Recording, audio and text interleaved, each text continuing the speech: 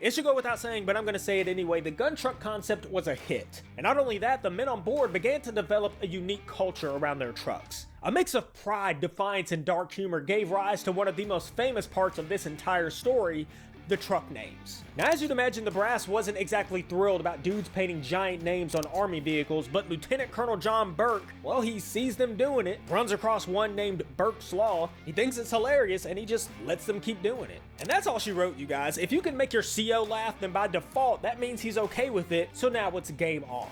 The names varied wildly, always towing the line between badass to outright bizarre. But occasionally a crew would push it just a little too far, and even the brass had to step in like, ho, alright man, listen, I know what you're getting at here, but Nixon's hired assassins is a little too on the nose, don't you think? So they shortened it to just assassins. And these guys push the boundaries on everything, including the paint. And I don't mean the paint that they use to write the names on, I mean the literal color of the truck. Their OGCO originally insisted that the truck stay low-key OD green so that they wouldn't stand out in a convoy. In other words, he wanted them to blend in and don't draw attention to themselves. Which is quite literally the exact opposite of what these guys wanted. They wanted their trucks to stand out. They wanted to intimidate the enemy. They wanted them to know that they were coming, so that instead, they started painting them jet black.